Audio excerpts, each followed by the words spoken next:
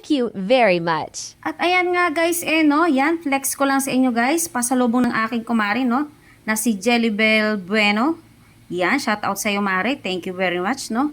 Ayan, may dala siyang kamuting kahoy. Ayan guys, masarap ito pang nilaga.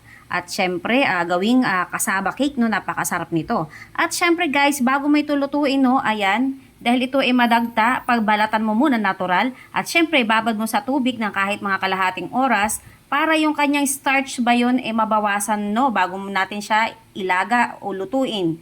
Yan, bago natin siya kakainin. Yan. At syempre guys, hindi natatapos dyan ang pasalubong ni Kumare dahil may pasalubong din siyang eggplant. Ayan. Diba? Ang sarap nitong ganitong klaseng eggplant guys. Yan, panlaga. Yan, bagoong lang na may kalamansi at may sili. Talo-talo na yan guys. Yan. Mukbang na agad yan guys. At yan guys, at ito pa guys, ang pasalubong ng aking kumari, ayan, meron siyang dalang isang piling bato guys. Ang tawag ba dito ay isang piling ng banana senyorita. At ayan guys, kaya siya tinawag na senyorita dahil siya ay maliit. Pero wag mong ini-small yan dahil napakasarap niyan at napakatamis. Lalo na pag hinog na siya guys.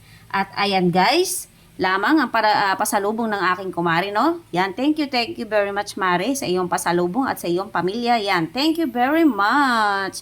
Bye-bye! Thank you for watching!